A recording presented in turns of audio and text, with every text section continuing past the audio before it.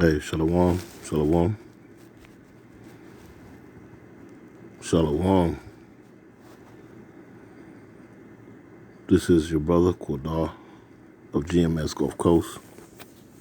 I'd like to start by giving all infinite honor and prayers to the Most High and His Son, Yahweh, Ba'ashem, Yahweh Shai, Ba'ashem, Rekah Quadash. Double honors are given up to the apostle elders of Great Millstone, men who have labored and suffered in this truth for over 30 plus years, making their lives and their bodies a living sacrifice. I also like to send a shalom to the hopeful elect, the 1/3 of the nation of Israel, which is scattered throughout the four winds of planet Earth, north, south, east, and west, which consists of men, women, and children in that order, as well as the various GMS camps,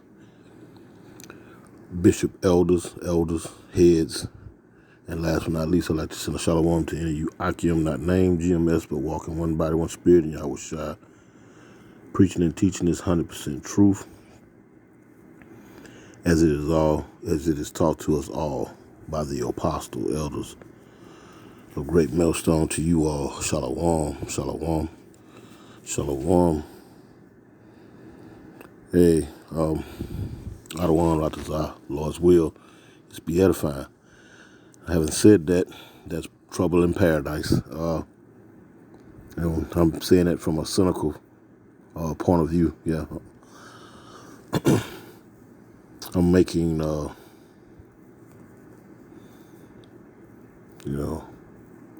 making light of the situation in which the United States and her allies have found themselves in these latter days. Although there are very serious times, there is trouble in paradise.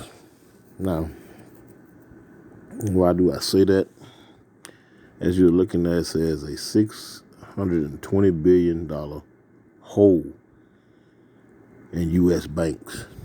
America's banking crisis is snowballing. Is U.S. funding Israel's protests? As of 24 hours ago. And the thing I'm going to show you a clip that's going on with Israel over there. Net as the elder Malcolm likes to call him, Netan, not a Jew, the prime minister of Israel, has found himself at odds with his Air Force, with his elite Air Force squadron over there in the state of Israel. They're not wanting to show up and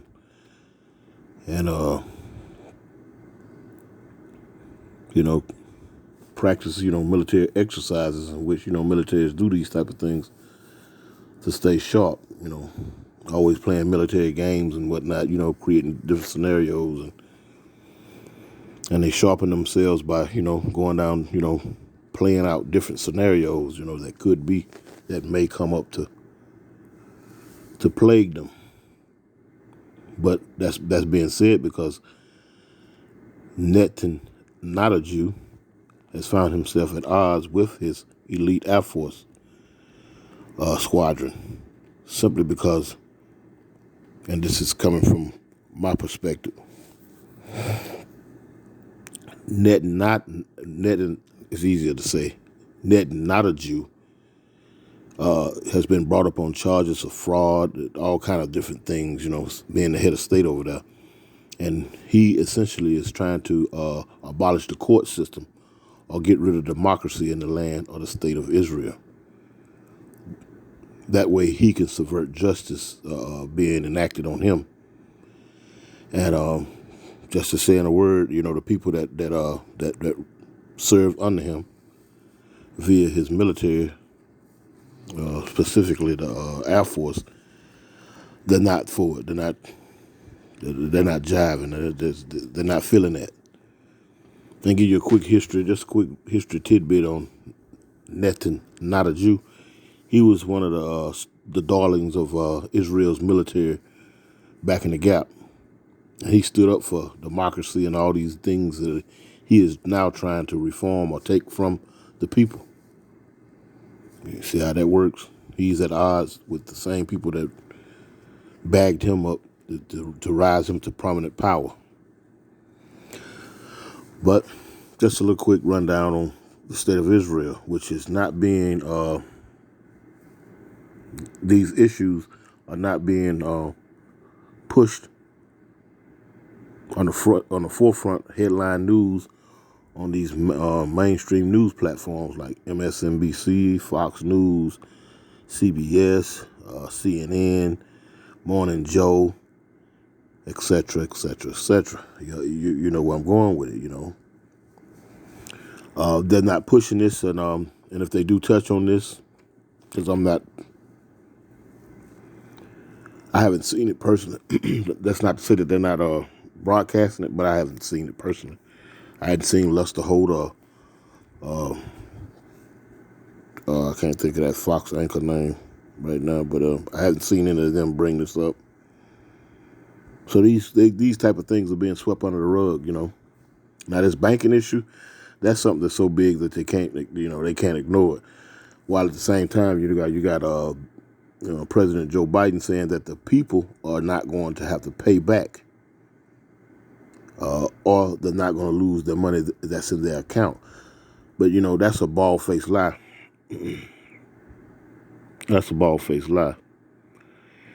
And we're going to touch on that, on why I'm claiming that that's a lie, that's an untruth. We're going to delve into that a little bit, but I want to play a few clips here, and Lord willing, grab a few precepts and close out. America's banking crisis is snowballing. 2 U.S. banks have collapsed, and now the crisis is hitting the rest of the world. Yesterday, the U.S. president tried to calm nerves. Joe Biden said the depositors will be made whole, meaning they'll get their money back, and that the U.S. taxpayers will not foot the bill for this. The U.S. taxpayers shall not foot the bill for this. And I'm essentially going to show you, by way of the 16th Amendment, the income tax amendment that was signed into law in 1909, 1913, which coincidentally, which we don't believe in coincidence, the Federal Reserve was created in December of 1913. No coincidence there. But we're going to delve into that. But for sure, the taxpayer is going to foot the bill for this. Ultimately, the body of the taxpayer, literally, the body of the taxpayer is going to be up for grabs after all is said and done about all this.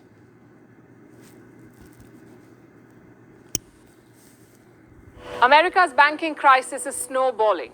2 U.S. banks have collapsed, and now the crisis is hitting the rest of the world. Yesterday, the U.S. president tried to calm nerves. Joe Biden said the depositors will be made whole, meaning they'll get their money back, and that the U.S. taxpayers will not foot the bill for this.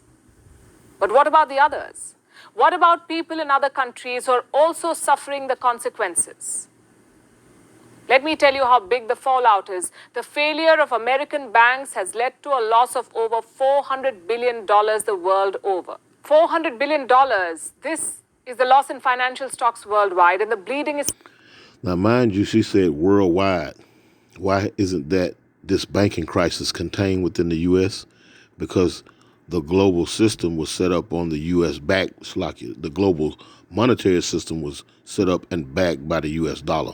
So most countries, if not all countries, at one point in time had to trade and move goods and services via the U.S. dollar, the OPEC dollar, the oil dollar, So in essence, the Federal Reserve Bank, the World Bank, the IMF, all of these are all interconnected, and they have an establishment foundation in each country, each so-called civilized or industrialized country.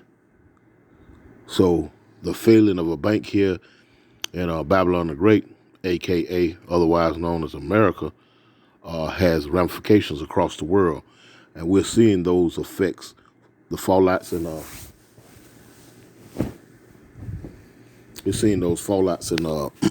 France. They're fighting over their pension. They out there, the ordinary Jack and Joe is out there in the streets fighting with the police, with the protest police.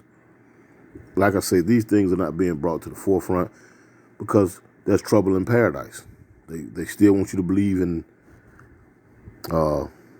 vacations and upcoming holidays and Pride Day and 4th of July. You follow what I'm saying? They still want you to believe in these things, but at the same time, their system, by and large, is failing. And in doing so, they're going to take your 401k, which is no more than a casino heist.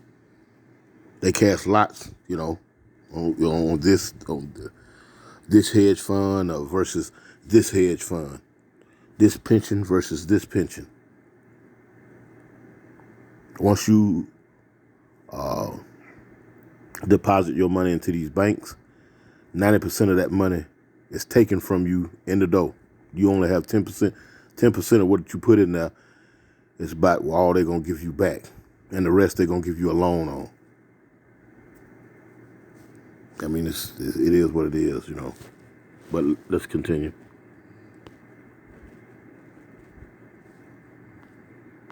The fallout is the failure of American banks has led to a loss of over $400 billion the world over. $400 billion. This is the loss in financial stocks worldwide, and the bleeding is still on amid a crisis of confidence. So how is India faring? How much are Indian companies exposed to this crisis? Well, there are some, and India has not been unaffected by all of this. Tonight we'll discuss which companies have been hit and how much. But first, an update on what's happening in the US. The American banking system is still reeling. On Monday, customers were still lining up outside SVB, the Silicon Valley Bank, the first bank that failed in this crisis. Government officials tried to contain the panic.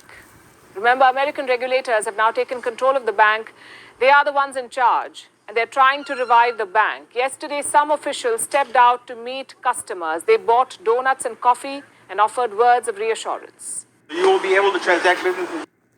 I am stunned and honored to be alive to see the coming of Darwin Mark II in this interview. As usual, your account is safe, your online portals are active. Remember, American regulators have now... I want y'all to check this out. They bringing donuts and coffee to folks who's sitting around waiting on tens of thousands, if not hundreds of thousands of dollars personally. They bring you some Lord baked donuts baked in pig grease and some damn heart racing caffeine coffee.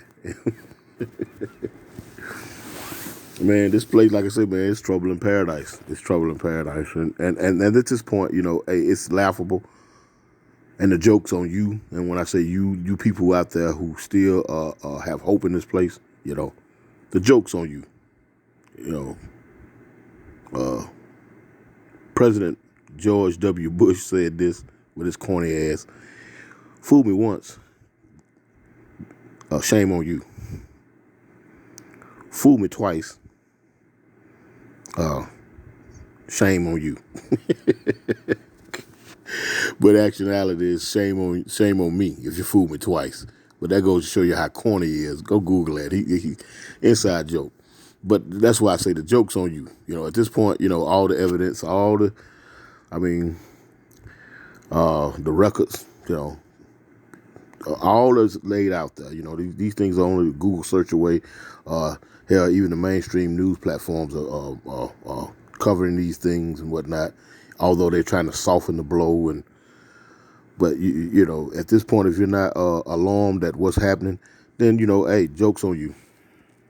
In control of the bank, they are the ones in charge, and they're trying to revive the bank. Yesterday, some officials stepped out to meet customers. They bought donuts and coffee and offered words of reassurance. You will be able to transact business as usual. Your account is safe, your online portals are active. You'll be able to wire and do business as usual.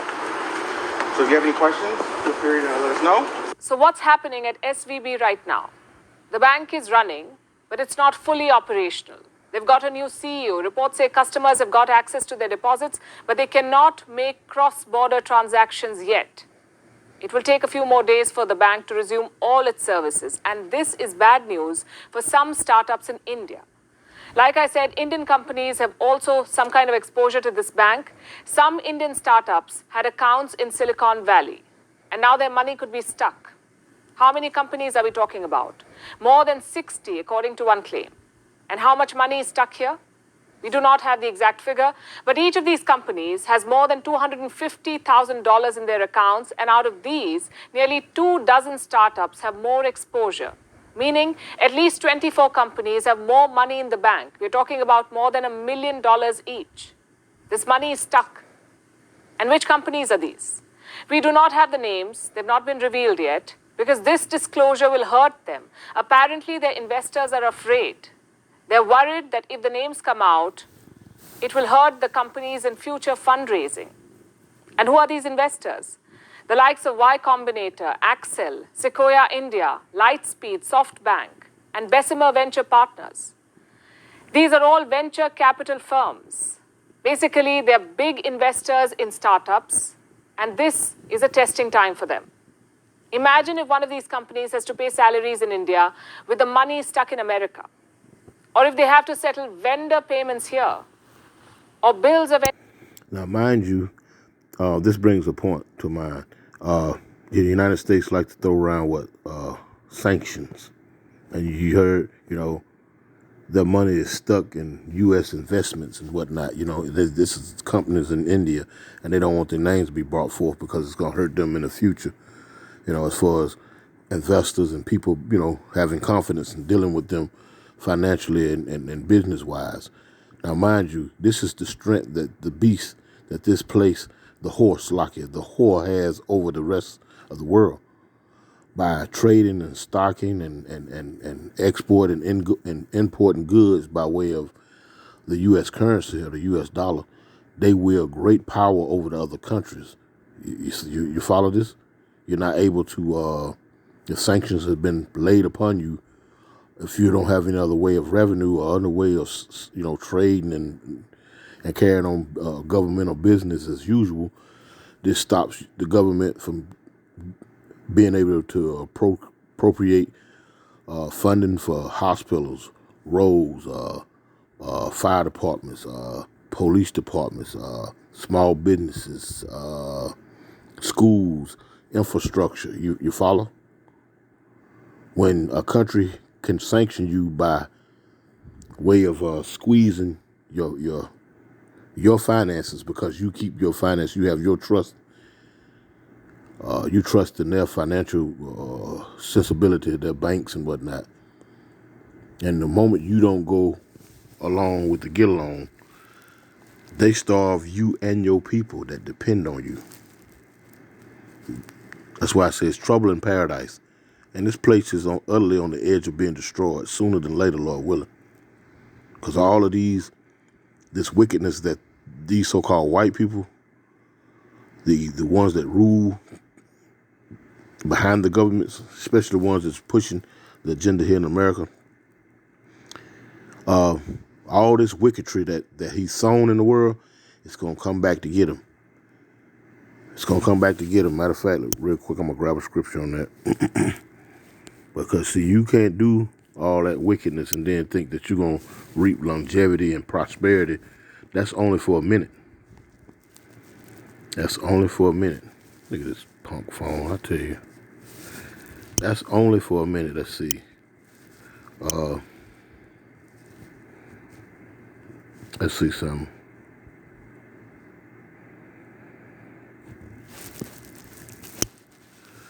Let me go to,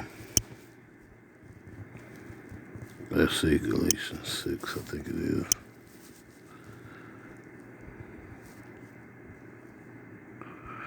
This is Galatians 6 and 7, and it reads, "Be not deceived, Yahweh is not mocked.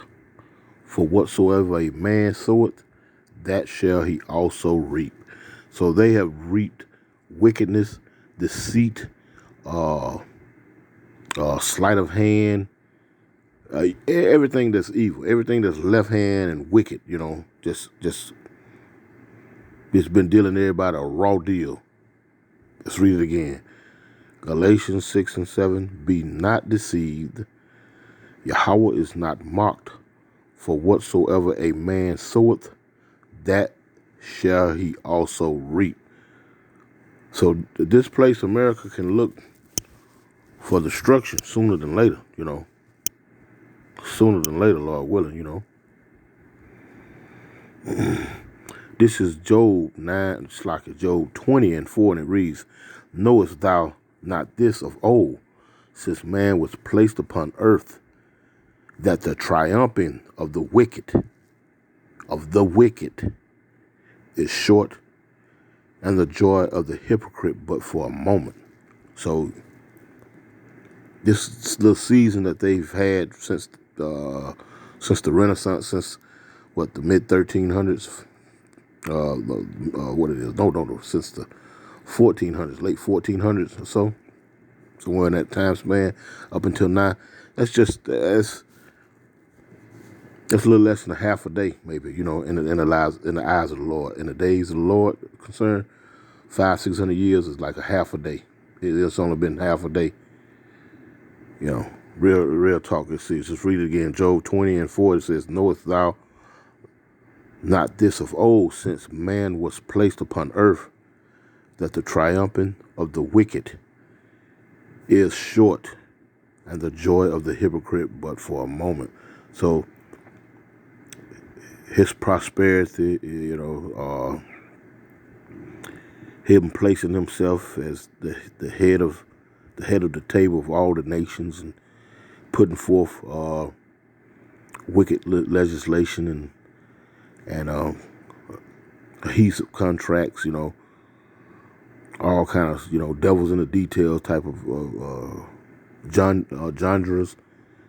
It's only been for a moment, and that's what he's sown in the world. So all of that's going to come back and bite him in the ass, and that's basically what we're seeing, because this financial crisis, they keep putting Band-Aids on this. The same thing happened in 29. It happened in 2008, and the common denominator in this is that these things are coming back faster and faster. They're coming back faster and faster. The birth pains of the kingdom of Yahweh B'Shem Yahushua. Those labor pains the contractions are getting shorter and shorter. From the late 1920s to the 2008, that was a long contraction pain. But from 2008 to 2023, that's a short contraction pain. So, it's getting closer and closer. The labor pains are getting shorter and shorter. Anyway, let's go back to that video real quick. Of any other kind. As of today, they cannot do it from Silicon Valley Bank. That's because the bank is yet to resume cross-border transactions. And this bank is central to their businesses. Like I told you yesterday, Silicon Valley was a top banker for America's tech industry. Also for many venture capitalists. Many startups put their first checks in Silicon Valley. The past few days have been a nightmare for them.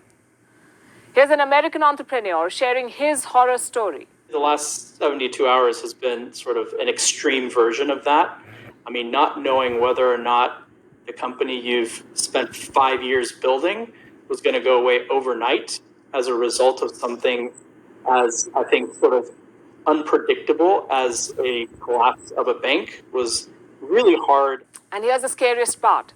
Silicon Valley could be just the tip of the iceberg. America's banking industry at large remains vulnerable. That's because this collapse is linked to U.S. treasuries or U.S. government bonds.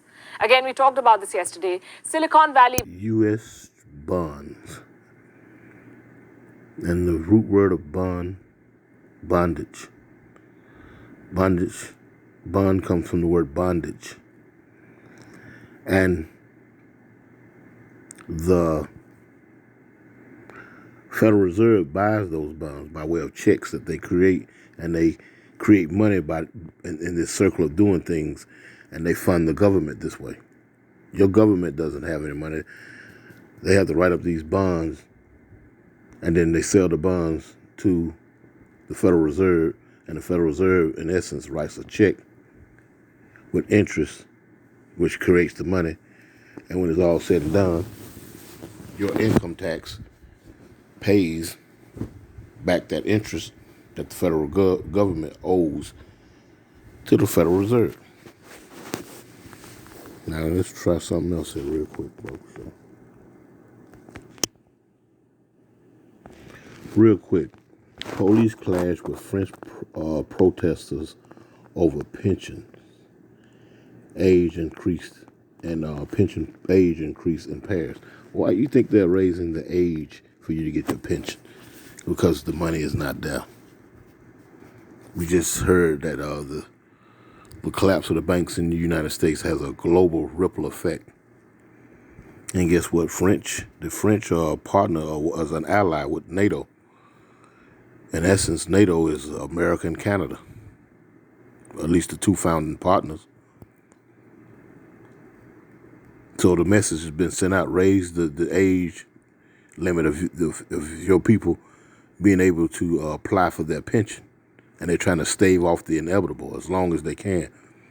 Now, most of these people have reached the age in order to get their pensions.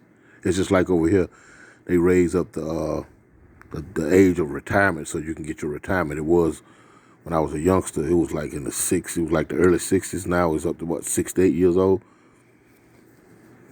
And the way that they pumping out these Franken foods and pumping chemicals in the air and pumping chemicals in your toothpaste and your water, and they imagine you be dead before you make it 6 to 8. At least that's the goal. These pandemics and these dang snake bites and whatnot. They got a plan for this. Let's see if we can knock down as many as we can in the public, and we can keep all that money. $23 trillion debt. Gotta try to come clean some kind of way. Alors l'argent peut chercher chez toi. Emmanuel Macron, président.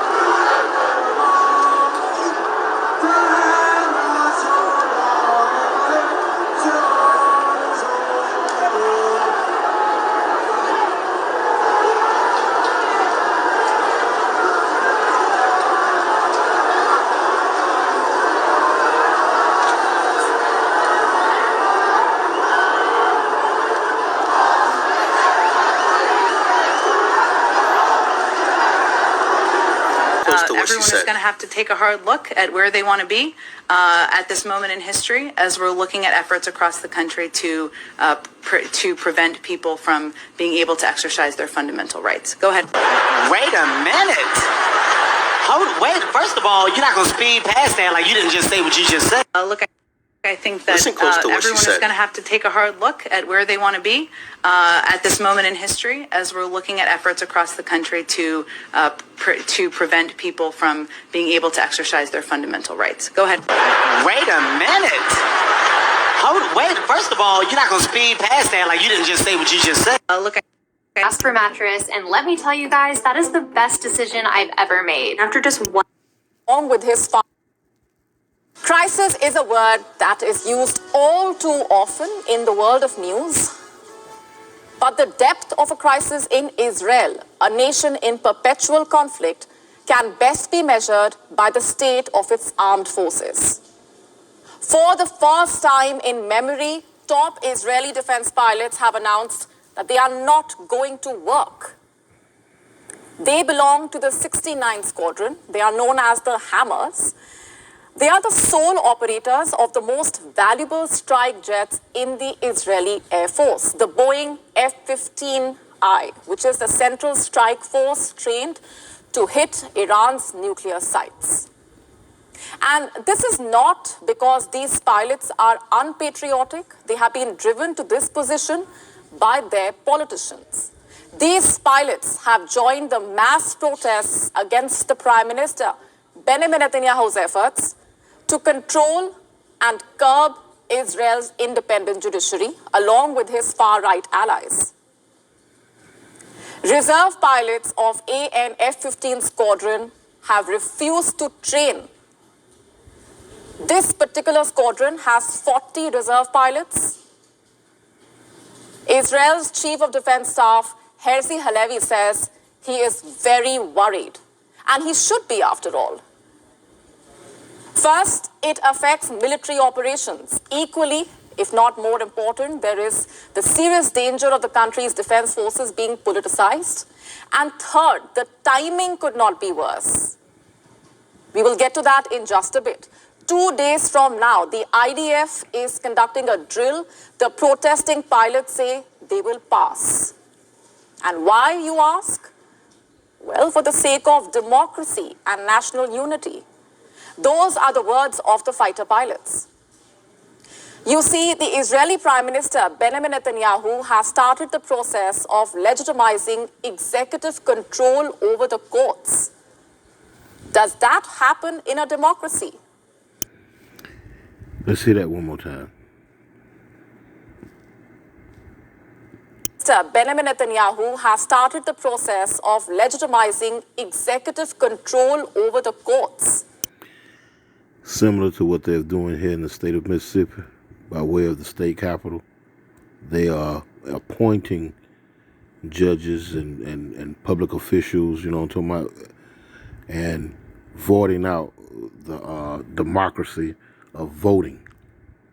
They're appointing. They are, you know, this devil has reached the end of his rope. So, you know, they rearing their teeth. They're showing their true face now. It's like I said, if you're not on board with seeing or recognizing or admitting what's actually happening now, you so-called blacks, Latinos, and Native Americans, which make up the nation of Israel, if you're not coming out of that delusional state and living in reality and calling it for what it is now, then hey, joke's on you.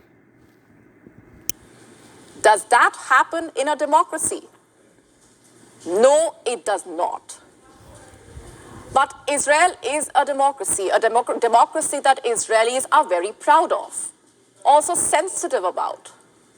Which is why thousands have been on the streets protesting for 9 weeks. They have been braving tear gas. 9 weeks. And if I've missed it, I haven't seen this on any of the mainstream news platforms. 9 weeks. That's a total of 2 months and a week. Where's this? Where's this? You know? But they telling you about, they showing you the murder trial of Madoff over there in, what is it, South Carolina, some prominent lawyer, third generation lawyer over there in South Carolina that murdered his wife and son. I mean, these are everyday things that Esau does, you know. Now they want to push these things out here as a distraction that the allies, the closest friends of the United States, are having internal fights within themselves so that you don't lose confidence in your government. Therefore, you'll lose confidence in the dollar. You'll lose, all of this will collapse if you lose confidence in this, because all this teeters on your belief in it. You follow? You see where it's going? Water cannon, they have been branded anarchists. They have ignored this because they want to save Israeli democracy. I don't know how many of you know this, but Netanyahu was once a part of an elite wing of the defense forces. He was an officer in Israel's commando unit. And today he is leading the assault on Israel's democracy, its judiciary. Is it because he is facing charges? Netanyahu, remember, is actually under trial for corruption. If you ask Netanyahu, he will deny any correlation. But that is a story for another day. This is what the IDF chief of staff has reportedly told Benjamin Netanyahu. I'm very worried by the spread of refusal to serve and of the discussion about the refusal to serve. Already, this could harm the IDF's operational capacity. And you know what? The man is not exaggerating. Israel has been at war from its birth in 1948, and conflict still rages in the region. The main conflict is now with the Palestinians. There is barely a day when some conflagration does not erupt, with the Air Force in continual use. Then Hamas began dominating the discourse. In 2021, there was an 11-day war.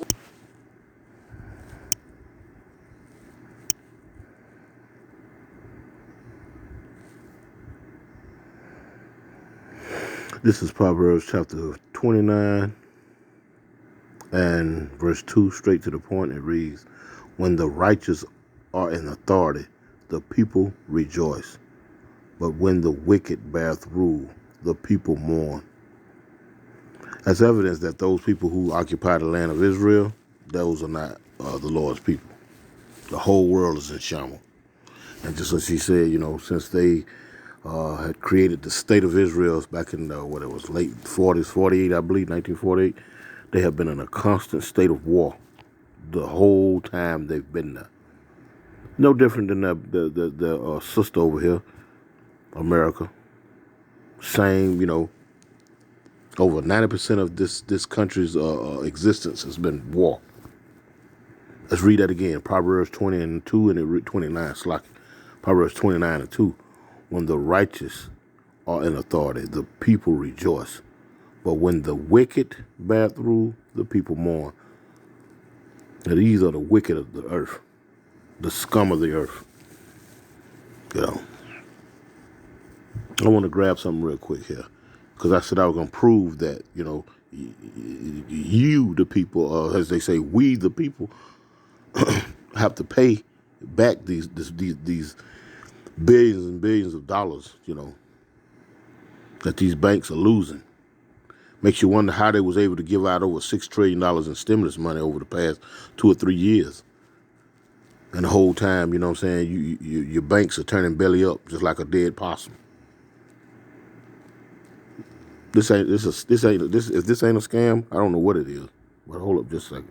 The income tax on individuals is generally cited as the passage of the 16th Amendment, passed by Congress on July 2, 1909, and ratified February 3, 1913. The origin of the income tax. This is tax on your income. Now, mind you, when you get your check, it's already taxed. Medicaid, Medicare, state, federal, insurance, whatever, dental, all kind of stuff comes out before you get it. And then once you get that money, guess what?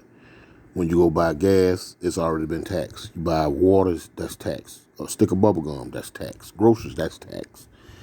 A car, if you buy it over state lines, you got to pay state tax. Tax. And then if you put your money in the bank, at the end of the year, after you gathered, say you make 6 figures, $100,000 a year, at the end of the year, you have to pay income tax, the tax on the money that you made. You follow? And it reads, the origin of the income tax on individuals is generally cited as. So this is the ambiguity in it. Check this out. As a passage of the 16th Amendment. That word amendment goes into changes. Basically, as a matter of fact, I'm going to get that. It says passed by Congress on July the 2nd, 1909, and ratified, we're going to get that word as well, February 3rd, 1919. All right, let's see. Let's go real quick. nationalarchives.gov. Let's read a little bit of the income tax.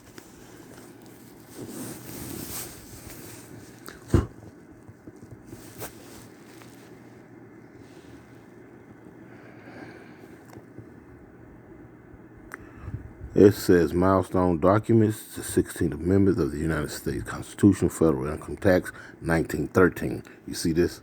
They said 1909. They used amend and ratified.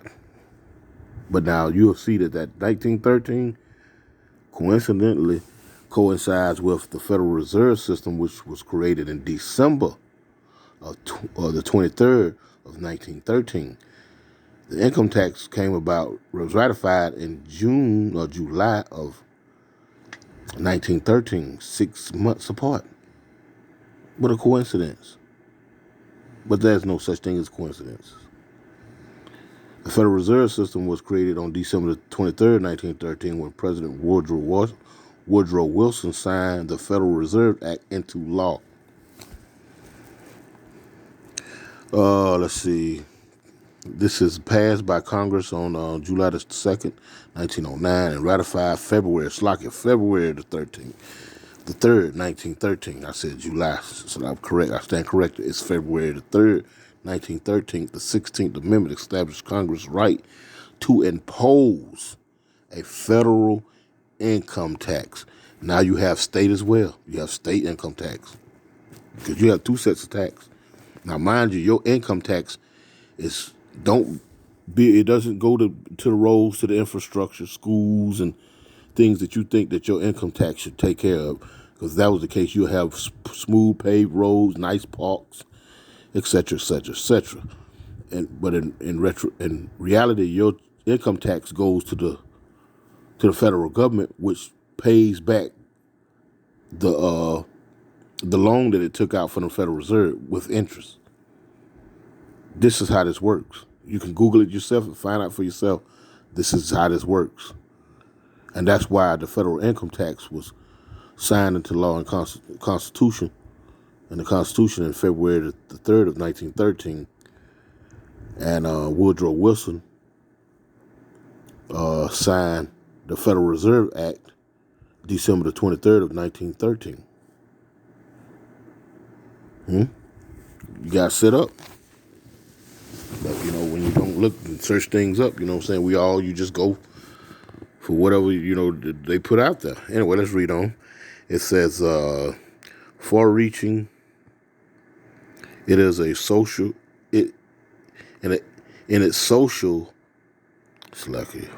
far-reaching in its social as well as economic impact, the Income Tax Amendment became part of the Constitution by a curious series of events, culminating in a bit of political maneuvering that went awry.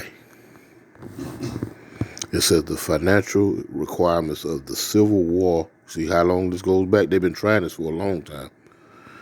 It says the financial requirements of the Civil War prompted the first American income tax in 1861. At first, Congress placed a flat 3% tax on all income over $800, and later modified this principle to include a graduate tax. Congress repealed the income tax in 1872, but the concept did not disappear. They repealed it, but it didn't disappear because the banks was getting the powers that be that were getting their ducks in a row. After the Civil War, the growing industry and financial markets of the eastern United States generally prospered. But the farmers of the South and West suffered from low prices for their farm products, while they were forced to pay high prices for manufactured goods. Throughout the 1860s, 1870s, and 1880s, farmers formed such political organizations as the Greenback Party, the National Farmers Alliance, and the People's Populist Party. All of these groups advocated many reforms. See the Interstate Commerce Act, considered radical for the time, including a granted income tax. In 1894, as part of a high tariff bill, Congress enacted a 2% tax on income over $4,000.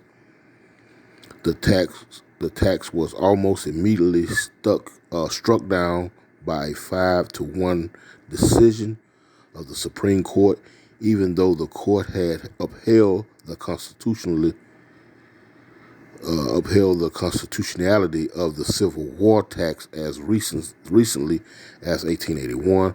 Although farm organizations denounced the court's decision as a prime example of the alliance of government and business against the farmer, a general return of prosperity around the turn of the century softened the demand for reform. Democratic Party platforms under the leadership of three-time presidential candidate William Jenney Bryan, however, consistently included an income tax plank. Consistently. Now, we know that these politicians are lobbied by very, very, very, very wealthy private individuals or private entities. And the progressive wing of the Republican Party also expound the concept. In 1909, progressives in Congress again attached a provision for an income tax to a tariff bill. Conservatives, hoping to kill the idea for good, proposed a constitutional amendment enacting such a tax. They believed an amendment would never receive ratification by 3/4 of the states. Much to their surprise, check this out, the amendment was ratified by one state legislator after another, and on Friday the 25th, 1913, with the certification by the Secretary of State, Philander C. Knox, the 16th Amendment took effect. Year in 1913, due to generous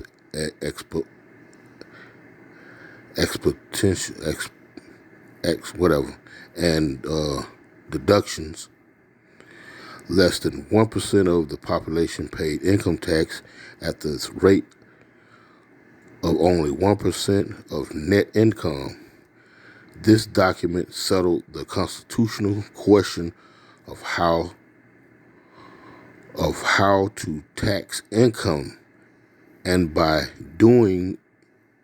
so doing effected dramatic changes in the American way of life.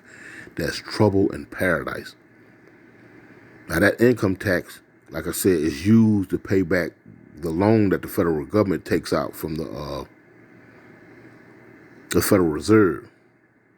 The Federal Reserve writes up a check backed by nothing and creates money out of thin air with interest.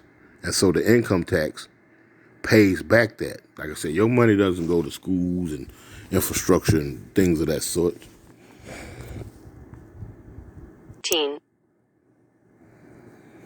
December the 23rd, 1913, prior to Fed formation, the United States experienced a number of economic downturns and financial panics. To help alleviate the problems associated with these swings in the economics, President Woodrow Wilson signed a Federal Reserve Act on December 23rd, 1913. The Federal Reserve a privately owned corporation? Yes, it is.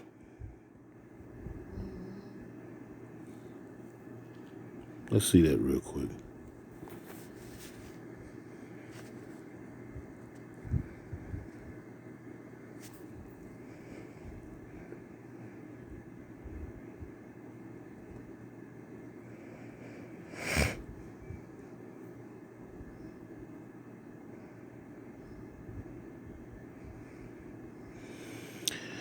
as an act to provide for the establishment of Federal Reserve banks to furnish an elastic currency to afford means of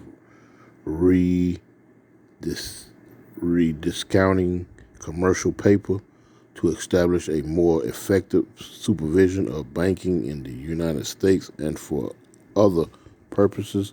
Since 1913, legislation has passed to augment some of the acts originally proposed and to clarify the varying roles of the Fed. Congress set up the Fed Reserve to make it anonymous and to isolate it from day-to-day politic pressure. In other words, it's not under control of the government. For example, the members of the Board of Governors are appointed to serve 14-year terms that do not coincide with presidential terms. Key components of the Federal Reserve System are the Board of Governors located in Washington, D.C. Board of members are appointed by the U.S. President and confirmed by the U.S. Senate. Board members and staff are civil servant employees. The 12 regional reserve banks located around the country, the 12 Federal Reserve banks, are chartered as private corporations. There it is. It's not a government entity. Employees are not civil servants. They're private individuals that are loaning your government money. And you think you ain't got to pay that back? When they say that the American citizen would not have to foot the bill. But we just read that the Federal Reserve and the 16th Amendment were created in the same year. That was to ensure that they pay back the loan. And ultimately, when the debt got too high, you became the monetary system. You're going to become the monetary system. This is simple. This is not rocket science. The proof is in the pudding. Checking their track records, you can put 1 and 2 together and make 3. It says the Federal Reserve Open Market Committee, or FOMC, composed of the Federal Reserve governors and the Federal Reserve Bank president. The FOMC is charged with conducting monetary policies. It says the 12 Federal Reserve banks operate like other businesses. Each has its own board of directors that select the Reserve Bank's president and vice president with approval from the Board of Governors. Each branch of the Federal Reserve Bank has its own board of directors. A majority of these directors are appointed. Listen to that word, appointed. You ain't voting in nothing because this has nothing to do with democracy. Are appointed by branch reserve banks. The others are appointed by the Board of Governors. Now, you notice that they have presidents and vice presidents. That's a dead giveaway. So what's that tell you about your government? You have a president and a vice president. And more than likely, truth be told, they have been appointed. Your vote stands for nothing. And sooner than later, you're going to find this out the hard way. Anyway, I'm going to close out with a few precepts. I'm going to get up out of here. It's been going on, 50-something minutes. Okay, let's get up out of here real quick.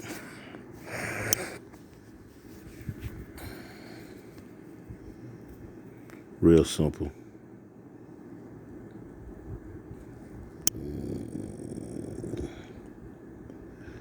Okay, Isaiah, let's go real quick. Isaiah 30 and 31. This is Isaiah chapter 30 and verse 1, and it reads, "Woe to the rebellious children, saith the Lord Yahweh, that take counsel, but not of me, and that cover with a covering, but not of my spirit, that they may add sin to sin, that walk to go down into Egypt, and have not asked at my mouth, to strengthen themselves in the strength of Pharaoh, and to trust in the shadow of Egypt." Standing in front of them damn banks, believing this madness, believing it, trusting in the system. Literally. Therefore, shame Therefore shall the strength of Pharaoh be your shame, and the trust in the shadow of Egypt your confusion.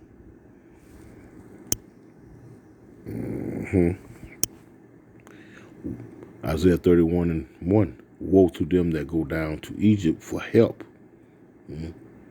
Stimulus and loans and pensions and whatnot. There's trouble, paradise, and there's trouble in paradise. This place is done. That old saying, stick a fork in her, she done. Woe to them that go down to Egypt for help and stay on horses and trust in chariots because they are many, and in horsemen because they are very strong, but they look not unto the Holy One of Israel, neither seek the Lord. The Lord ain't gonna get me out of this. I pray ain't gonna give, go to show you that these people that say that they believe in the Most High, Yahweh, Ba'ashem, Yahushua, the Heavenly Father and the Son, they don't. They don't even know the name. Oh, I put my trust in God and Jesus.